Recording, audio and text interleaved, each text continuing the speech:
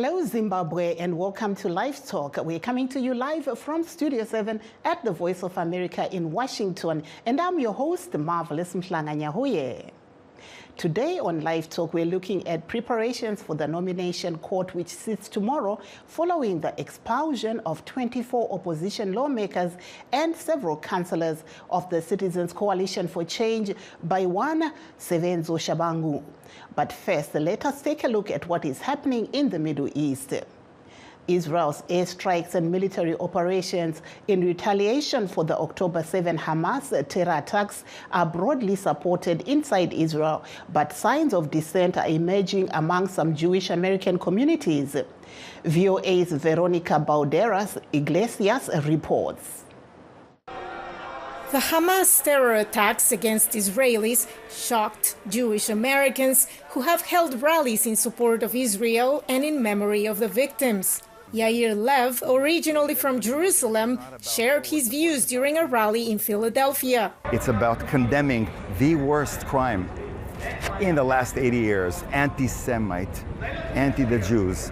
And we can't tolerate this, and we have to do something, all of us, no matter what the religion or race, to do whatever we can to support Israel in these terrible times. Most Jewish Americans polled by Pew Research Center in 2019 and 2020 said they believed caring about Israel was an essential or important part of what being Jewish means to them. But data also showed emerging differences between the younger and older generations, which some analysts say still prevail. There's much stronger identification with Israel, a much stronger sense that that Israel is part of our identity and part of what it is to be Jewish among older Jews and among more religious Jews. Jews that are both unaffiliated and are younger, you would find that probably a majority of them don't actually very strongly identify with Israel. Some of the younger Jewish Americans who protested on the U.S. Capitol grounds in mid-October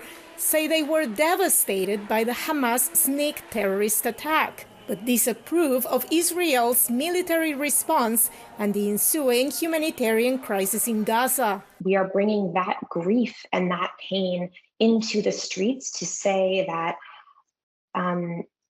this war, this assault on the Palestinian people that is happening right now is not going to keep our relatives safe.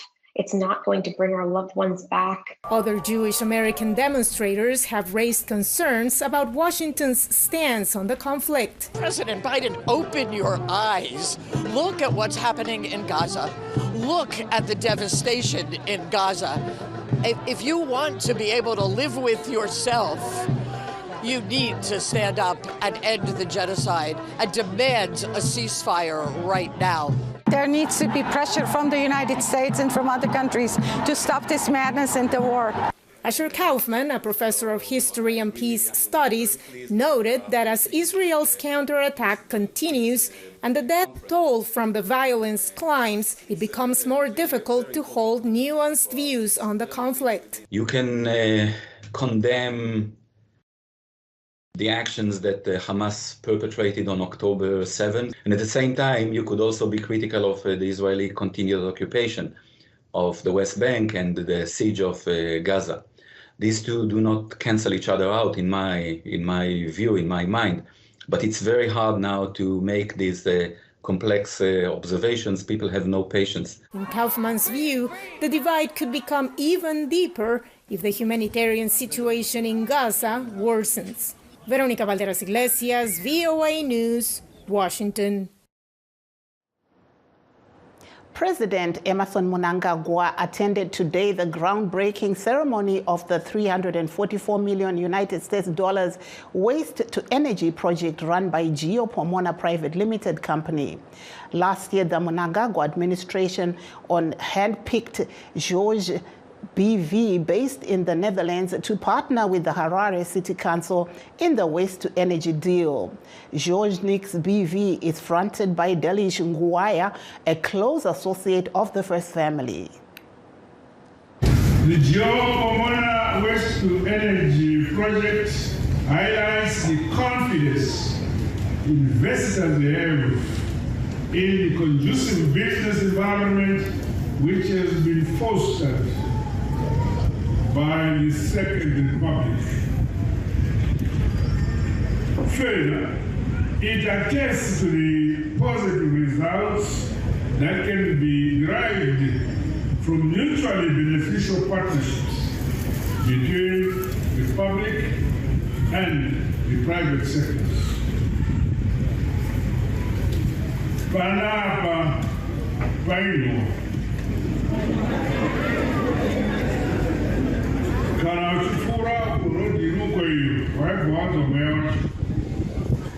Pachimbo pota pachita moto.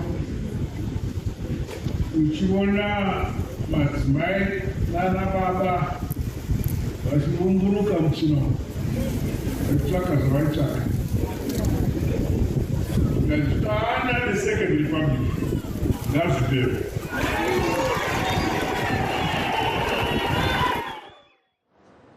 That there was President Emmerson Mnangagwa speaking at the groundbreaking ceremony of the Waste-to-Energy project in Harare.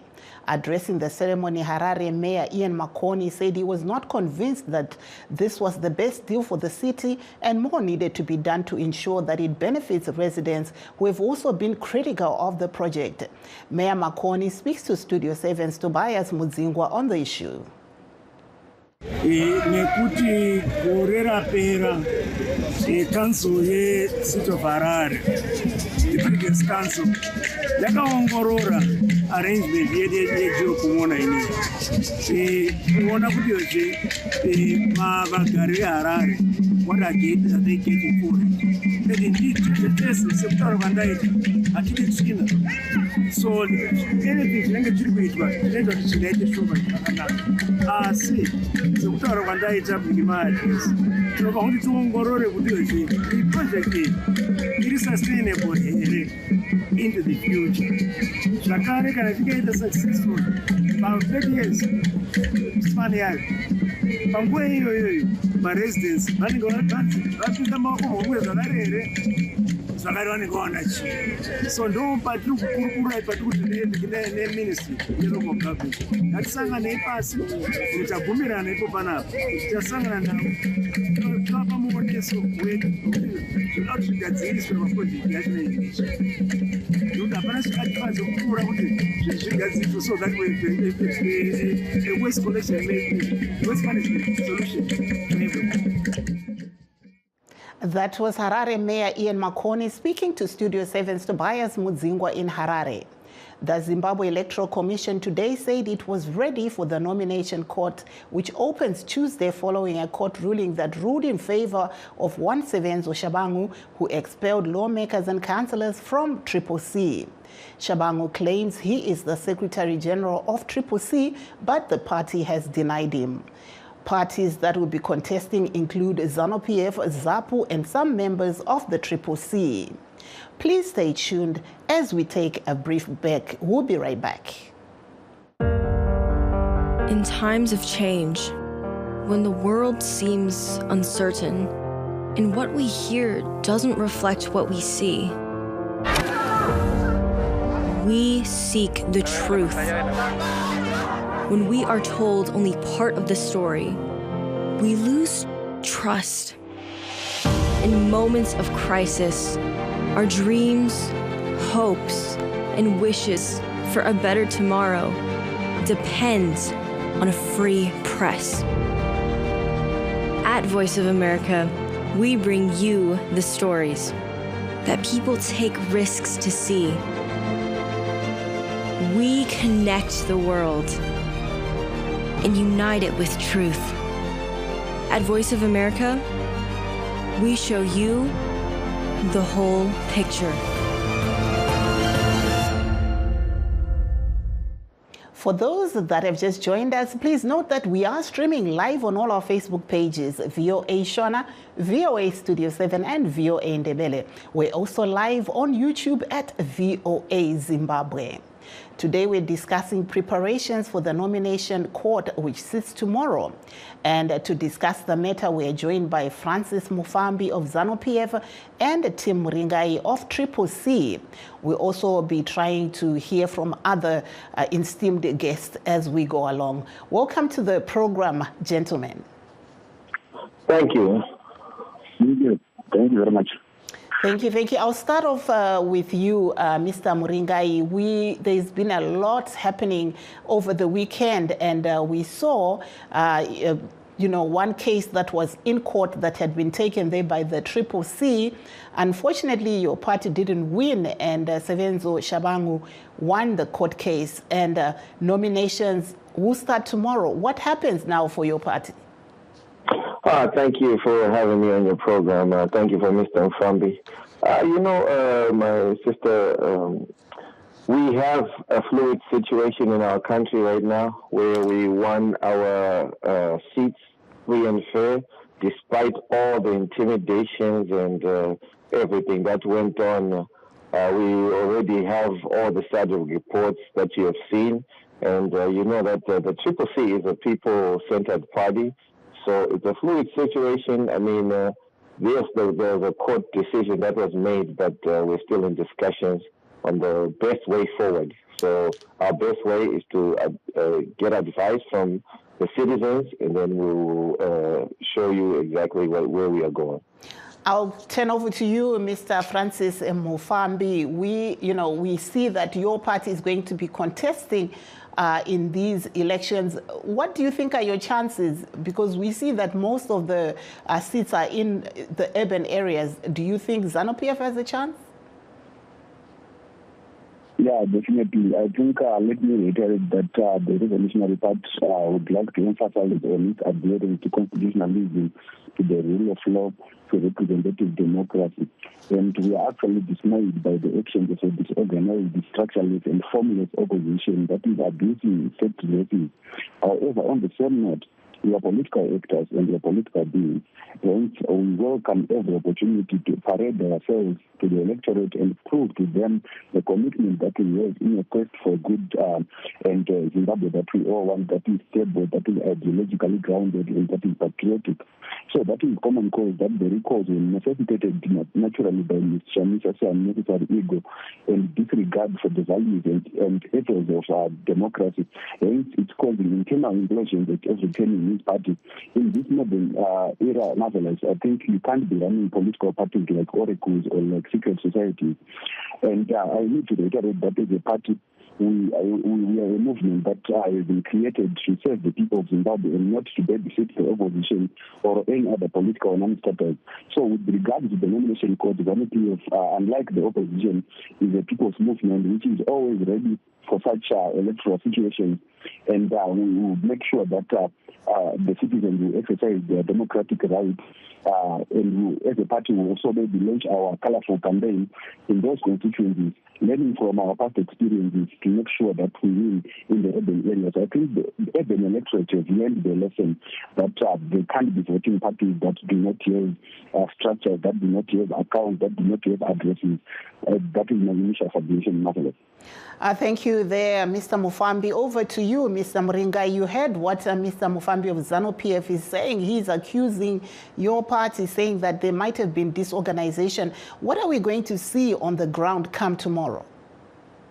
Okay, like I said earlier, the Triple C is a people-centered party, and we know that the ZANU-PF, having lost the elections on August 23, has violated the people's trust in trying to create a perpetual situation where we are in elections. We know that when they were defeated in 2018, they came up with the same scheme.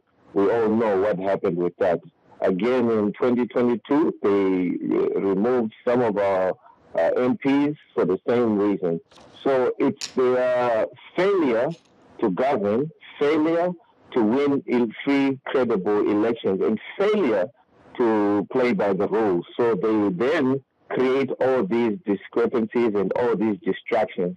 What the people of Zimbabwe know for a fact is President Chamisa is standing with them. The Triple C is the People's Party. What will happen tomorrow at the nomination court is a fluid exercise. So we are adjusting as we go, because like we have done, we have gone to the courts rule against us.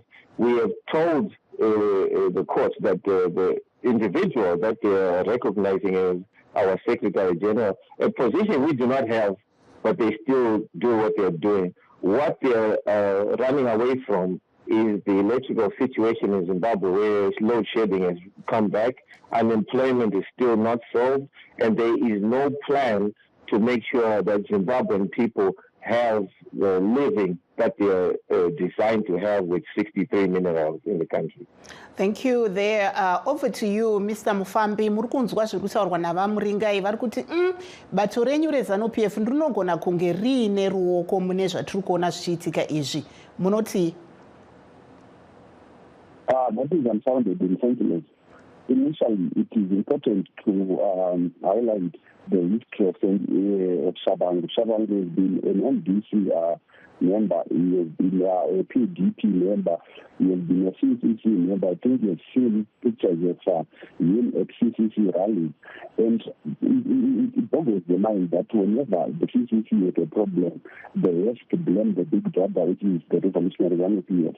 And it's actually something that you should take, which is of concern, that whenever there is a problem, they don't even take responsibility. What they can only do is to deflect the problem to someone else.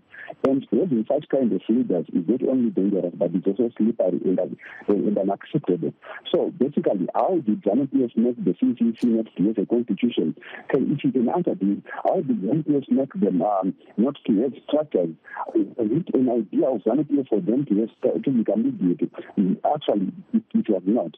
So from that basis, you can realize that these are people who are bankrupt, who are bereft of ideas, and the only other idea that they have is to blame ZANU-PF for their misfortunes. As a big brother, we know that this will happen with dealing with ideological bankrupt people. So basically, we don't take it serious as a party. We take actually the service delivery seriously. Thank you. Mr. Muringa, you heard there what Mr. Mufambi is saying regarding your party. What do you say? Okay, thank you very much. It's amazing that Mr. Mufambi knows more about the CCC than the ZANU-PF promises of education, free education for everybody, good lifestyle for everybody, US dollars for everybody in the pocket. They have failed on their first 5-year plan when they got into power in 2018. The only way they can derail the people's project is to create these distractions. But I would like to advise my brother, Mr. Mufambi, that we are not new to this cachinery, and we are focused on having our people represent the needs of everybody that is on the ground. Zimbabwe belongs to Zimbabweans. We are here to say we have 63 minerals, but we don't even have a currency.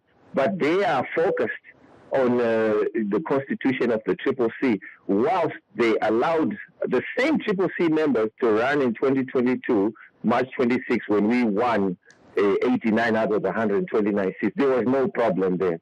But then when they failed to win in this year plebiscite, where the AU and all our SADC brothers said it was a sham, they're trying to create a 2/3 majority so that they can run roughshod in our country. Our people will rise up. Our people know that the constitution of Zimbabwe is not being followed by ZANU-PF itself, and the creation of jobs and all the other sundry that the government is supposed to provide, healthcare, roads.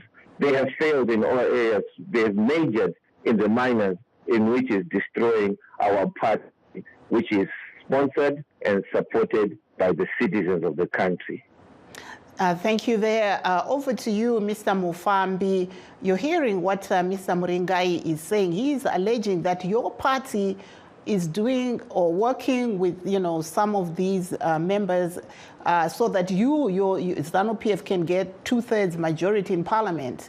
How true is this? And as I said before, I think it's a very scandalous submission. And I asked him a question: why did ZANU-PF contribute to imposition of candidates? How did ZANU-PF contribute to the strategic ambiguity? How did ZANU-PF contributed to them being structuralist? And he failed to give a proper answer. And actually, the problem that we are having here is we are dealing with a party that is formless. When we have a party that is formless, then it follows that anyone from the streets, even a street kid, can come in to claim to represent you. And in this case, someone is claiming to represent them. And the courts have actually said that person simulator fulfilled all the requirements that are needed by Section 129, subsection 1K of the Constitution. So basically, we are not even part of their problems. We are not even part of their misfortunes. We are not even part of their implosions. But what we are focusing on, like I said, is delivering a Zimbabwe that people want. And Mr. Muringai today is in the United Kingdom, or United States also. It's because of the ZANU-PF, which won Zimbabwe for everyone. It's because of ZANU-PF, which educated every Zimbabwean. It's actually because of the ZANU-PF policies. So how do you find this moral high ground to try and blame the party that has changed millions of lives of the people, and you want to be casting blame on them simply because of these childish games that they are playing inside their party? I find it so typical and unfounded. Mr. Muringai, you are hearing what Mr. Mufambi is saying, and also maybe let me also just acknowledge some of the people that are streaming with us on all our Facebook pages, VOA Shona, VOA Studio 7, and VOA Ndebele. They've been, putting in their own comments, and we're hoping that we'll get a few callers to call in, because there were a lot of people that wrote in that they would like to be called for this program. But I see here Richard Moyo is saying, we should be asking, but I understand we have a caller. Hello, caller. Hello. Makadi yenyu? Siyapila mina njani? Siyapila. Taura yenyu? What's the agenda of the topic that you are talking about? We're talking about the nomination court sitting tomorrow. What's your view? Okay, if you are talking about the nomination court, that is going to happen tomorrow. Yes. It may happen because citizens calling for change, example, we are not going to participate in those elections just because we know that those elections are fake. Okay, so you're saying that, are you a member of the Citizens Coalition for Change? Yes, I'm a member of CCC. Okay, so you're saying you're not going to be participating, you're not going to be voting? No, we are not going to vote for this. We are not going to be participating or taking any campaign in those elections. That's because we know that is saying that they are not going to happen. Mm-hmm. Thank you very much there. We are hearing there from Mr. Nare, who's a caller, who's saying he feels that the CCC will not participate in this election. Mr. Muringai, what's your take on what the caller is saying? Like I said earlier, as a party, we will decide on the way forward, and everybody will be informed where we are going. You already heard our president talking about we are not going to participate in this Mickey Mouse contest. But I want to go back to my brother Mfambi talking about people in the diaspora are here because of the ZANU-PF policies and all this other stuff. I mean, that is further from the truth. A lot of people are out of Zimbabwe because of the economic situations that were created by ZANU-PF, not because they want to come here and live and do all these other things. What you ZANU-PF has failed to do, they have failed to govern, which is number one, which has been acknowledged by all Africa, that even running simple elections when they had promised everybody 7 million ballots, which turned out to be false, and then they didn't have ballots for different places. A party that has been in power, quote unquote, for 43 years. We have no railroads that are visible. We don't have any roads. If you travel the roads from Bulawayo to Cholocho, Mkai, from Lupane to Mkai, every road that you go to is delivered daily. But you see these ZANU-PF acolytes, like my brother, driving brand new vehicles and all that, because their focus is on buying cars and running elections all the time, so that they use that as distractions. We saw that there was a corruption Al Jazeera documentary that came out. It has not been addressed. We have seen a lot of corruption and everything else going on. ZANU-PF will not attend to that, but they will create all these distractions by elections that are not needed. We defeated them handily with the citizens' power. So one thing that Mr. Mfambi needs to understand is the people of Zimbabwe shall rule at the end of the day. Thank you. Mr. Mufambi, you're hearing there what Mr. Muringai is saying, your view. Okay, I think what he's saying is even detached from today's topic, which is the nomination court, and what is the way forward for their party. And I think I highlighted the way forward for our party, and that we are confident that we are going to be winning these by-elections, which the CCC and themselves necessitated, and which ZANU-PF had no idea of how it precipitated.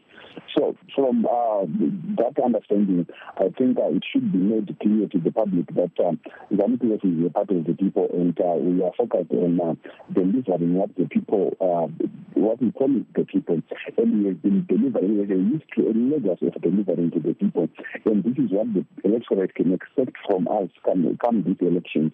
And I think, Marvel, let me emphasize this. Whenever you see a leader or a political party failing to take responsibility for their own iniquities, then it means that political party is not ready to govern.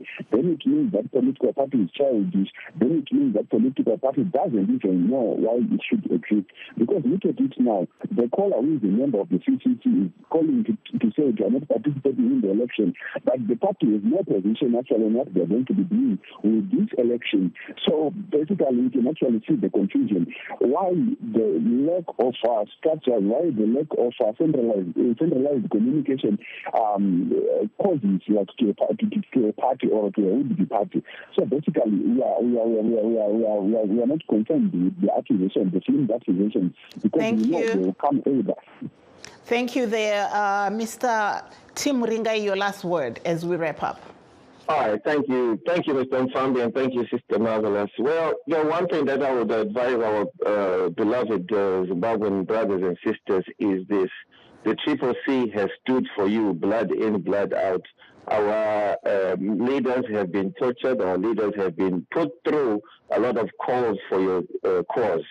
I heard Mr. Mfambi talking about a caller talking about the elections tomorrow. That's their view. We have a democratic party, but we have the official channels that will let them know what's going to happen. So it's no confusion.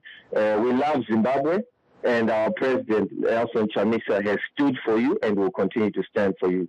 CCC is the party for the future of our country. Thank you very much. There we were hearing from Mr. Tim Muringai of the CCC. We also heard from Francis Mufambi of ZANU-PF, who were discussing today preparations for the nomination court, which is expected to sit tomorrow, and ZEC says they're ready. And that brings us to the end of our show. Signing off in Washington, I'm Marvelous Mhlanga Nyahuye.